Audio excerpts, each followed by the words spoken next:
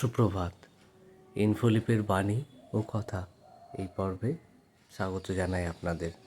আজকের দিনটি শুরু করছি শ্রী শ্রী মায়ের একটি বাণী দিয়ে। মা বলতেন, বাবা জানো তো, ঠাকুরের জগতের প্রত্যেকের ওপর মাতৃভাব ছিল। সেই মাতৃভাব জগতে বিকাশ করার জন্য আমাকে এবার রেখে গেছেন। আসলে ওই যে মা নিজেও বলতেন না, মা সত্যিকারের মা, সে কারোর পাতানো মা নয়। যে সন্তান মাকে ব্যাকুল হয়ে ডাকেন, মা তার ব্যাকুলতায় নিশ্চয়ই সাড়া দেন। মায়ের এই আশ্বাস বাণী দিয়ে আজকের দিনটি শুরু করছি।